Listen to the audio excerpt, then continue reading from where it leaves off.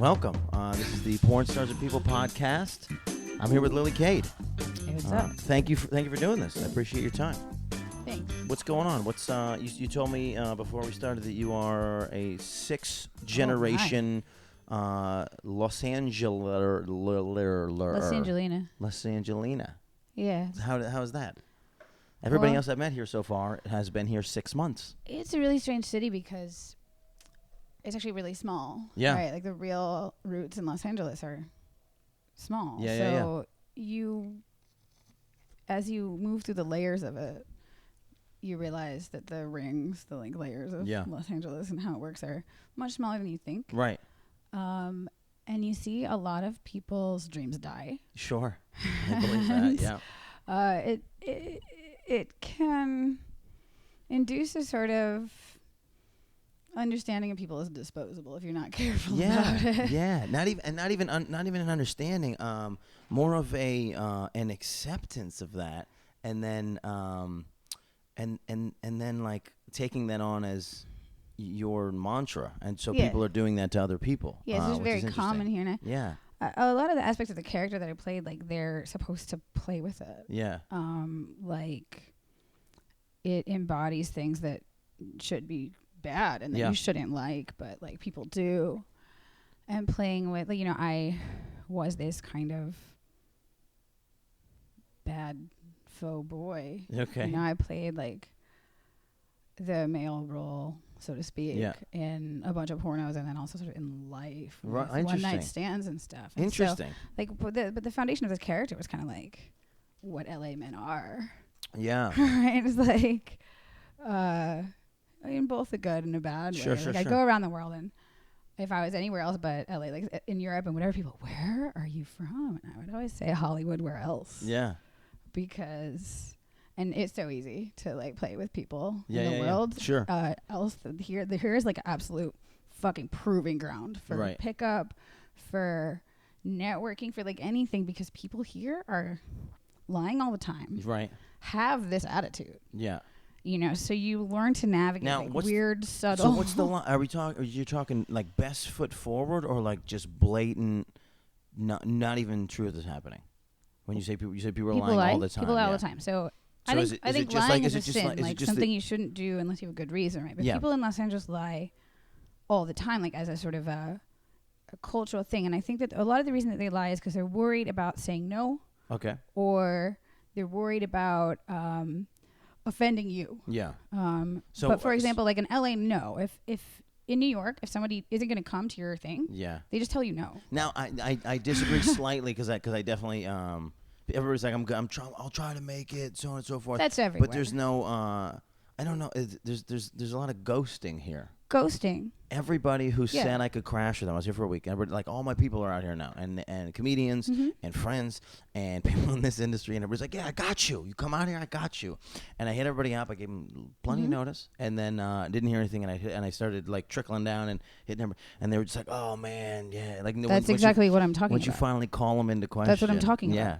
I didn't people here lie all the time. I just assumed that they were bad friends. Constantly. But you're saying it's just an LA thing. It's an LA thing. And so I like judge my friends group. I have a good crew. Like I get shit done because I have solid people. Yep.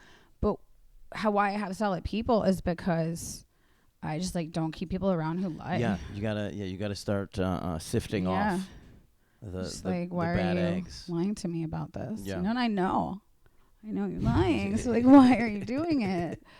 Yeah. Like in LA knows, like, you know, somebody will be like, hey, you know, I'm in the car right now and I'm trying to get to you, but I'm on the 405 and there's just so much traffic. So I don't think that I can't, but they're not really doing that at their house. You're like, I'm on the 405 like, right now. I don't care. Like what? It just doesn't matter. Right. A lot of times in movies, because I really feel this way in real life, you can't say this in real life to real people most of the time. You know, sometimes you can, but like, someone would apologize and they would start to explain like why, and I would just be like, I don't care. Yeah. Just don't do it again. Yeah. Just don't say. And that's what I don't understand. That was a big thing for me with ghosting. Is like, why say that you'll be there? And you're not. If you're 100% not going to be there. Like I found myself waiting for people in New York on occasion. You know, I made plans. I got them tickets to things, and then it's, and then you get that inkling that they're not going to show up, and you're just like, hey, just feel it. Just be honest. It's like 24 hours out. You're not coming, right? And they're like, no, I'm going to be there. And then still, I don't I would get this from girls on set. Yeah, I don't understand that I get this vibe. From girls. Yeah, just say the thing that's happening. I don't understand. I don't understand the mentality. I can't. I'm never going to be there. Like, people just lie all the time and are afraid to say what they really mean. Yeah. So they'll, pussyfoot around things. Yeah. And being direct is actually really effective strategy. Yeah, I believe that. I've actually lost people in my life from being direct and being honest, because they just don't know how to handle it. They don't know how to what do you mean? Like, and that's how you really feel? And it's like, yeah, it's not it's not a big deal. Like, whatever the real truth is, you're like, this, yeah, that's the truth. It doesn't and I love you for it, but it's not true. So that's interesting. Yeah, so that's LA. So you boiled it down pretty quick. All right, so what? Okay, so you have the insight. What am I? I only have like 6 more hours in town. What was I supposed to do in LA that I'm sure I missed it. I'm sure I didn't do it. What are like top 3 things that I should have done while I was here? So, taking tourists here. I mean, the beach. Yeah, I did the beach. Malibu. The only thing I did. Yeah. I was gonna try to hike. Didn't happen. The mountains are good too. Yeah. But the best thing about LA is trying to find the weirdest LA people that you can find. Sure. So, like, that's the real truth about it, is that none of the clubs here are good. Yeah. Some of them are okay, but like a club here versus like Ibiza or Berlin, like, now fuck off, man. So LA's not about the things. It's about the people. Sure. So I hung out with comedians and porn stars all week. So pretty good. These are weird people. Yeah, these are weird people. So, like, that's actually the best thing to do in LA. Yeah.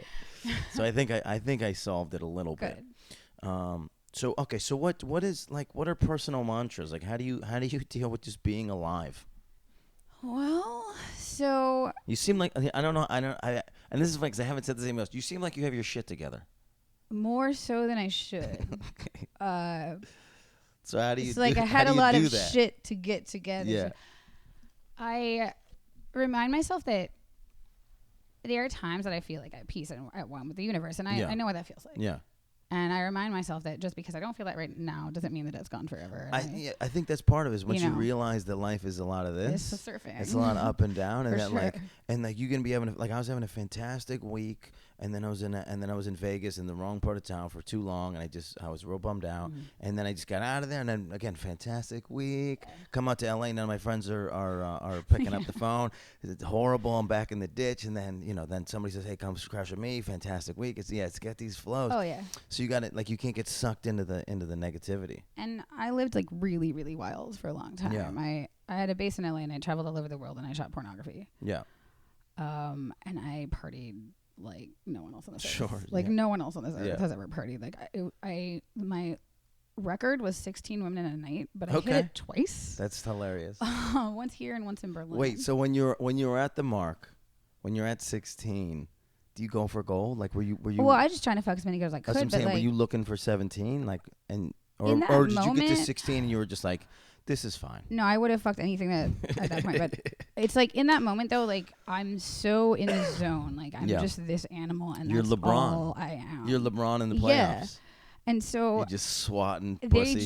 They just come to me like that in that zone. No, it's interesting. Yeah, it's interesting because like when you're happy and when you're in a positive place, people gravitate to you. Yeah. So that's hilarious. And when you're like really just like this spirit of the void, there's another kind of women that also like that. Yeah. So I was able to find like girls even when I was really depressed and like not in a good place in any way and acting terrible. Right. I would just find girls that like wanted it. Yeah. It's like that's what they wanted. And everybody and this I find this a lot about women in general, is women want to kind of be with somebody who is a little rougher on the edges. Oh, absolutely. And they want to solve that. I found that women liked that I fucked somebody on it, fucked all these other girls, but like I would be with them more. Yeah. But then inevitably a lot of them would start to get jealous about it. Yeah, it's so funny. It's like, but you knew what it was when you got in. Like the less that you care, the more that I'll like you. I've been in basically that exact, not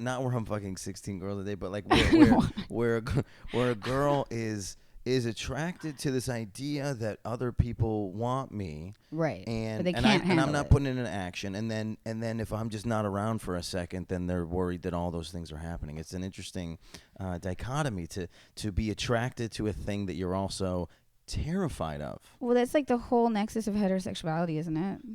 I think so. Like that's what it is. Yeah. And that's like when people talk about 50 Shades and like why this is a bad book and this is not a good presentation of BDSM or whatever. And I had to read 50 Shades of Grey once and 50 Shades of Grey Darker 3 times to write scripts. Okay, sorry. I was like I had to read it. So I was in this class and I had to. Oh my, it's a vibrator. Yeah, it starts vibrating. So we're in a porn house, I guess. And so just every couple things in here, if you lean on them, they vibrate. It's a vibrator. That's interesting. The pillow is a. I've never been in that experience before. Vibrator. So I read those books. Yep. And I like really, really looked at them and had to get on the DVD special features. We still make DVDs. I said, like, I suffered for you, like, because I didn't just have to read this book. Yeah. I had to like it. Like, I had to look at it and understand why is this hot. And I think that book is really just about heterosexuality. Yeah. And they used to make these stories about like repression, and so the middle of the country is a very repressed chunk of people. So the shock value there, and I'm speaking as a comedian, is just off the charts. I mean, the shock value for sure, because it's like, ooh, kinky and whatnot. Well, and then they have to acknowledge at some point that they all have sex. They're all married. They all have sex. So it's not against the Bible. So what's interesting is I can have a guy go on before me, who is talking about religion, and the crowd gets so enraged, and then I go up and talk about fisting or putting the thumb in your wife's ass, and they fucking love it. Yeah. The same repressed people. Those are the people, and that's why that book got so crazy and out of control and popular, was because it's those people. Well, their repression is what drew them to like the idea of the book, but as far as like why people enjoyed it, it's because it touches on like this sort of central narrative of it. What heterosexuality is like being into this thing that's also scary to you. Okay. And so that fear and desire. You're talking yin yang, like the opposite. Well, it's just fear and desire like are connected, and because like women want a man who's like dangerous but safe to them. Yeah. You know, but. Right. That fear, but like, is he safe to me? Like, so then, how does that play out for a man? What does a man need in that same? Well, this is setup? A woman's fantasy. Like a woman wrote it, and a woman wrote the book that it's based on. So it's very female, actually. 50 Shades. It's just like an aspect of things that women like that maybe makes women uncomfortable to talk about. Yeah. I'm with you. So what came from that? What? You said you had to read all those things so that you could kind of identify the thing. And I had to write 2 feature scripts. I had to do 50 Shades, Miss Grey, and Miss Grey Darker, in which I got to choose through the scenery as Christian Grey. My life is amazing. So that's done. This is done. It's happened. We can see those it. are out on DVD. Oh, cool. Miss Grey, MS.Grey, and Miss Grey Darker. Okay, very cool. This is an interesting thing. That was fun. How does the parody thing? So there's only a couple genres where parodies are important, and what's interesting is it's porn. Yeah. And it's comedy. That's where all parodies get created and spawned and so on and so forth. So how do you feel about the parody market in general? Like, is it important to stay pretty true to the original work, or is the whole thing? Is the whole idea that you're poking fun at it and you're bottling it down to the finest little sand? The market doesn't give a fuck. The market doesn't care if it's good. The market doesn't give a fuck. I care. I care with all my heart. Yeah. So I cared. So what only for myself. So what was your goal? To make something that spoke about what 50 Shades was. Okay. And to play with the idea that what he is really is like a charming psychopath. Right. And so look at how this is like. I understand why you think this is hot, but also to look at like the real damage that's there, you know, right, and in a more realistic way. Because he is a psychopath in the book, like he just is. Well, the damage is that we're spreading this around and we're continuing the narrative that this is what women should want, or that it comes from a true place that's what women already want. No. What I mean by the damage is like to look at the narrative like of 50 Shades. You know, she fixes him and he's good, and it. It's an unrealistic fantasy, and so I made something that was a more realistic fantasy in a way. It's like, yeah, man, this is what this is. Yeah. You know, like this person isn't honest, like because they're just not going to be. They don't have this mental structure that enables them to be moral. They just do things that feel good at the time, and a lot of times that seems to be being good to you because you know that serves them. Because well, and it's all, and then so when it intersects with being right for you, but then as soon as it does, and they're still going to serve them. So you're talking basically about a sociopath, like psychopaths. What they are. Christian Grey's a sociopath. She is, and he is in the book too. A psychopath. Like we don't. The word sociopath is like outdated. Okay, interesting. Well, I think they have different connotations. They do have different connotations. The sociopath is like the behavioral idea, but that's why it's outdated. Lack of morality. Psychopaths are people who behave as if they don't have empathy, right? So that's like what it is. And sociopath is a behavioral definition. And so when we moved away from behaviorism, so sociopathic we don't use this word behavior. Anymore. I see what you're saying. Yeah, it's the behavior. It's from like an understanding of people's mental structure as being caused by their training. So like Skinner style behaviorism. Okay. That's where that word comes from. Interesting. Here we are. Wow. This is great. This is good. Yeah. Most of these other ones were just like, so I grew up in Detroit. I like puppies and I eat vegan food. I really like sex and not having to work very hard. By the way, are any of those things true about you? Even though you're using I really like sex. How do you feel? I feel like you could be either way with an animal. Could be either way with an animal. Yeah, I feel like you either like have like 100 and no. I feel like you either have like 100 pets and you love them, or you would kick a dog if it was in your way. I like animals. I respect animals because they're honest. Yeah. So an animal just is the thing that it is, and you have to figure it out. And then if you figure it out, you can work with it. Do you think dogs are honest? I think dogs lie a little bit. I think dogs lie to get what they want. Oh, they try, but they're not very good at it. That's true. You can see it. Right. Dogs pantomime, but they don't act well. My dog has this move where she's going for the thing that I told her not to go for, and then she'll be right on it, and I'll be like, "Hey, no," and then she'll just switch directions and never make eye contact, as if she wasn't even. I wasn't doing that. I was on my way to some other shit. I just took the long route. It's incredible. Yeah. And then she thinks I don't know. I know. You know. I know. So that's funny. I grew up around animals. My mom raised dogs. No shit. I had a bunch of horses. What kind of dogs? Australian Shepherds. Now, where do you do that where do you put horses in LA? I have my horse in Tahunga. How far is this? Like 25 minutes from here. Interesting. In the mountains. Okay. It's LA, but not LA. It's like a secret level. Yeah. So it's like Topanga Canyon if you replaced all the hippies with Trump supporters. Okay. Interesting. That is funny. How do you feel about that whole thing? Trump supporters? Yeah. Well, they're just people, right? So like, they are people. I treat people the same way that I treat like a horse in a certain kind of way, right? It's like, you are not my problem. Yeah. Your life is not my problem. You are not my problem. Yeah. My problem is me. So I just approach them in ways that will be productive. Sure. Okay. Right. So if somebody has a MAGA hat on and wishes me a nice day, I just wish them a nice day back because it's not. I don't know this person.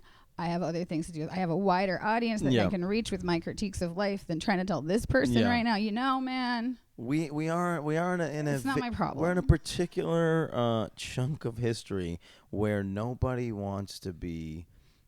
Nobody really wants to discuss from two opposing sides. I find that people that are Trump supporters or not, and people that aren't Trump supporters don't want to even get in the conversation with the Trump people. If you want to talk to me about it, I'll talk to you about it. But I'm on your side. But no, I know. So but like, if somebody really wants to talk to me about it, I'll talk to them about it. But I'm not trying to start political conversations. But I do think that we're at a period of time, especially where nobody is willing to concede the other side. So it's just like, I made up my mind. It's over. Let's move on and not talk about it. Let's just plug our ears and scream la la la when somebody says something that we don't agree with. And I think we're going the wrong direction. Well, a lot of progressives, people that say that they're progressive, aren't listening to the other argument. It's people and I think we're using it wrong. I don't like the mindset of like young liberals, especially with respect to like identity communities. Sure. I think it's unproductive. Okay. I think there's a lot of clubification, if you will. Be more specific. This is about fitting into this clique as opposed to being about like moving life forward in a productive way for people. Right. And this is not everybody for sure, but we have a lot of discourse. I think Twitter and things like this and the same thing that put Donald Trump in office in the first place, just the way that the internet works leads to people being disconnected and they're looking for things to define themselves. Yeah. Like these external things, like this is the box that I fit in, and this is what I am. And organizing around like making in groups and out groups based on like whether or not you hold up to the standard of this clique. And so it's not really like, okay, let's look at realistic strategies for how to deal with interacting with other human beings. We're gonna get the call out points for like telling somebody off. That's pretty much where Facebook is at, and I have an more interesting Facebook than anybody else because it is a group of comedians, and we're all kind of going in on some interesting things, and it does seems like the pool is all just the same juice, and we're all just kind of flipping these opinions around. So I just try to stay out of those arguments. I don't think I've ever fit into a group, and that's always been. The thing, have you haven't found your group that porn worked for me? Like that porn community was amazing. It was like I found some place where I could live the lifestyle that I wanted to live, which was insane. Do you think there's more acceptance in the porn community than just I don't know civilian America? Oh yeah, for sure. So like people. So once you get in here, people are whatever you're doing is fine. It doesn't people matter. have strange attitudes. So it's a really strange value system, right? So for example, if you can't get it up and get off on time, you're like a bad person, right? Like you failed. So like you're judged based on like this performance, this work. It's like, oh, you can't take it. You're wasting everybody's time. Right. Let's go. Pop and let's go. Right. So the value system is sort of skewed. So the people that are popular are the people who are good at the job. Yeah, interesting. Right. So that's like the thing. But like if you're good at the job and you show up on time, people excuse absolutely anything. Yeah. And it's cool, like, because I was just this kind of person to begin with, and porno takes you there. I have maybe 7 or 8 actual dogs, Canis domesticus, on my 1 degree of separation list, because that's just, people just accept, like, whoever you are as long as you are the person that we want you to be on camera. Yeah. Interesting. So you have some people that have led some fucking wild lives. Yeah. Interesting. I've had sex with former felons. I had sex with a murderer, but that wasn't on set. Okay. Can we delve into that? Shit. So wait, when you say a murderer. Yeah, man. I met this girl at a party. It's a convicted. She's been in jail right now for shooting her mom in the face. Oh wait. So she wasn't a murderer prior to you. No, after. Oh, you did. After she murdered the woman after we had sex. Okay, so you have not directly after. So you haven't theoretically had sex with a murderer. Well, you had sex with someone capable of murder, which I think all of us are. Well, no, but like if you had sex with Prince before he became the biggest pop superstar in the world, you still had sex with the biggest superstar in the world, just in the formative years. I don't know. Or whatever. I think you have to redefine it. I think you have to have sex with after the title. Well, I mean, I've had sex with women who killed people, but it was in the army and stuff. Yeah. Okay. Interesting. Well, so that's interesting. Do you think you're capable of murder? Absolutely. Do you have an idea what it would take? For sure. To flip the your attitude and go into kill mode. Oh yeah. I just hold it back most of the time. What would be? I'll let it out on your wife's pussy if you want me to. What would be your trigger? Do you think to make it so that it would take a lot at this point? I've come through a lot of the. Yeah, you have some balance. It seems like you have some balance. There's much more balance than mine. It would take a lot, but like, if you come for me personally and you want to physically attack me and we're gonna get in a fight, like I'm not against. You're not going down. That's hilarious. That's interesting. So. Just from the standpoint of the first place, you're like as if you're trying to kill me, which means how many people have come to try to kill you before? Has this ever? No. People have tried to do other things to me, but I've been able to shut it down. Yeah. I've never had anyone try to kill me. I had a lot of people try to like rape me. Okay. It's just that's what it is to be female. You know, that's part of the life. Yeah. And I can do it either like verbally or physically, but I know how to shut that down. Yeah, interesting. So what else? So there's like a lot of the environments that I've gone into like wouldn't really be safe environments for women. I'm just like fucking tough. So and you're just like I'm just so you know no fear. Mine. No fear. I used to say that I only feared irrelevance. Okay. In my first movie. So how's that? So you've put yourself in situation. If you're going back, if you put yourself in situations, would you still put yourself in those situations? Oh yeah, because I'm not afraid. Because it's not that I have like no healthy fear. I'm not just like psychopathic and have no sense of risk. It's that I trust myself. Yeah. So like I know the skill set that I have, and I also know like how to deal with people, and that like people are animals, and if they're gonna behave like animals, you just treat them like animals, and know how to deal with animals, you know. That is very interesting. Yeah, that's it. So like I've been like in a room fucking a girl, surrounded by like dudes in a German sex dungeon that kept just trying to get with me, and like continuing to fuck the girl. Yeah. Rage screaming like the next man who touches me without my consent, I'm gonna touch you without your consent. You are not gonna like it, but I will. And they stand the fuck back. Yeah. Because, like, I can bring the crazy, you know, and that's a skill set. That's interesting. So you said you learned in that way you learned a lot from having horses. Oh yeah, for sure. Because now I don't know how much. I don't know a lot about horses. So and I've been on a horse less than a handful of times.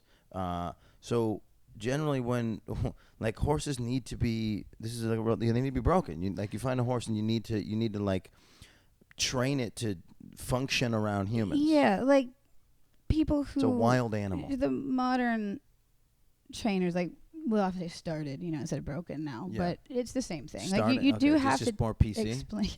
You do have to explain this animal. Listen, man, you know, I know you've been having your life with your mom and things have been like this, but actually this is your job. This is now what and you this do. is what you do. Yeah.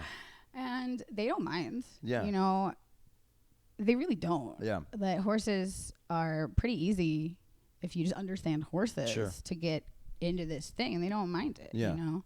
So what is it? What is it to understand a horse? What's the? They have their own language. They like you know if you have dogs, like you know. Yeah. Well, dogs get not pleasure, but they get structure from some kind of, you know, a task, things like that, people, and they love that, and the sort of the job and the reward part of it, that's a thing that just innately is in their DNA. So is it the same? I mean, but cats aren't like that. So what is it with horses? Like that, but you know, so horses, I feel like they're more romantic than dogs, and they want to serve you. Yeah, they like doing a good job. You can reward them with like affection and whatever. They're not the same degree of affection as a dog is. Sure. But the ones that are good, you know, and all the horses I've been around have been either show animals or working animals, race horses, things like this. The ones that are good, like they do have something that feels like a sense of purpose. Okay. I can't speak to the actual structure of like that animal's experience, but you can tell that like they know, you know, that this is what they do. Sure. Racehorses know what winning is. The ones that win. Yeah, there's a reason why there's race horses and not race cats. Yeah. Okay, interesting. So they're really cool animals. Yeah. They're very loyal if you know how to work with them. I do find a lot of people that have either the real estate to do so or the financial means to do so. A lot of dog people cross over and horse people, like more times than not. It's an interesting thing. They're really cool animals. Yeah. I used to break yearlings for the racetrack. Wow. I've been around horses a lot. That's crazy. Probably would still be. What's your favorite mainstream horse event then? Oh, you know, I like to go to Santa Anita all the time. Okay. I'll go to Del Mar. I go to like race tracks around the country. Have you been to the Triple Crown deal? I've done the Belmont, but not the others. Interesting. Yeah, I went for California Crown's Belmont. Picked the wrong year. Should have gone the next year. You're right. Wow. But I love crazy. California Chrome. Cool. It's a real cool racehorse. Awesome. Yeah, I don't have a ton of horse knowledge. Yeah, no. And I've never been up on the gambling end of the spectrum. Yeah, I don't really gamble either. Like I'll put a little bit of money down for fun, like cause it's like, oh yeah, you know, I could win $20, but I'm not actually a gambler. It is. There's something about like, and I tasted a little bit of what it is to be a gambler when. So I was in Vegas. It was game 2. I don't know how much you know of what just happened with basketball, but it was the Celtics versus the Cavaliers, and the Cavaliers were a 5-point spread winner. Now they ended up winning the game by 44 points. Now that game, going into that game, the overall feeling was that there's just no way that LeBron's going to lose. So it felt like, and I put $50 down, and it felt like theft. Yeah. Because I knew they were going to win, and then what happened was, as soon as I won my $48 and 50 cents or whatever, because of fees or whatever, I felt angry that I didn't put $1,000 like a house payment on my money, and it was like I was like enraged inside, and it was like, and I just realized how silly that is. But that's how gambling people feel all the time. All the time, like about like. Everything. Every bet. Stupid shit. Yeah. I go to the racetrack a lot. I have friends that go to the racetrack, and all of them like bet casually. Like, this is entertainment level betting for them. But if you look around, you see people that are crazy. Yeah. And they're betting and they're betting on absurd things. They're betting on gaps and and combos and they have like cramming stuff together. All these charts, and they look at the charts and they try to figure this out. And it's like, like if you really do know the horses, this can be something that if you're judicious about it, you can actually make money. Yeah. But what it takes is just not betting all the time. Yeah. And being really knowledgeable about like the actual thing that's happening. Sure. Like in front of you watching the workouts of the horses, like you can tell, right? Yeah. The more that you rely on information other than like reality, right? Now, does this feel like wasted knowledge? Like if that's the sum of your life, is you studied something to just win on bets, like. What was your legacy in this world? Whatever you did with all the money you made, right? Yeah, where's your happiness coming from? It's whatever you did with all the money that you made. I guess, yeah. Because like those people are not winning and then giving to charity, because it doesn't give the same. I don't know them, right? High. Like, I don't know exactly. The high is winning the money. Sending the money away is not the high. It's the fact that it might not come back. So knowing that you give the money to a thing and it's not going to come back doesn't give that person that like that high that they need. Yeah, I don't know. I was like, fortunately, never got bit by that one. Right. So this is a very fun episode. Right. I appreciate your time. Should we plug? Do you want people to follow you places? Oh, of course I do. You had the two movies that you can check out online, but tell them your Twitter, all the things that you. All the stuff. My name is Lily Cade, LilyCade. You can find my enormous erotic content library at lilycade.com. I am writing a novel in public. It's, I think, about 20,000 words right now. That is at Patreon. That's patreon.com/LilyCade, and sign up for as low as $1. On Twitter, I'm Lily_Cade. On Instagram, I'm Lily_Cade. And you can find my hundreds of adult DVDs wherever adult DVDs are sold. Wherever they are sold. Okay, very cool. Are you on any of the weird ones? Are you on? Do you have a Tumblr? Do you have a Pinterest? Do you have like? Are you on there is a lilycade.tumblr.com, but like we all signed up. You know, like I only use the social media until like as long as it's profitable to me, because I don't like it's not really fun. Yeah, it's at not. This point. It's not at all. Yeah. No. So cool. So check her out there. This is the Porn Stars of People podcast. You found us. If this is your first time listening, we're on iTunes. We're on Google Play. We're on Stitcher app. Tune in. You can tell Alexa and Google to play us through audio controls. Thank you for listening. Please keep coming back. Subscribe. We'll try to give you good content as we can. Thank you so much. Thank you again to my guest, Lily Cade. Thanks for having me. Please follow her. Thank you so much for listening.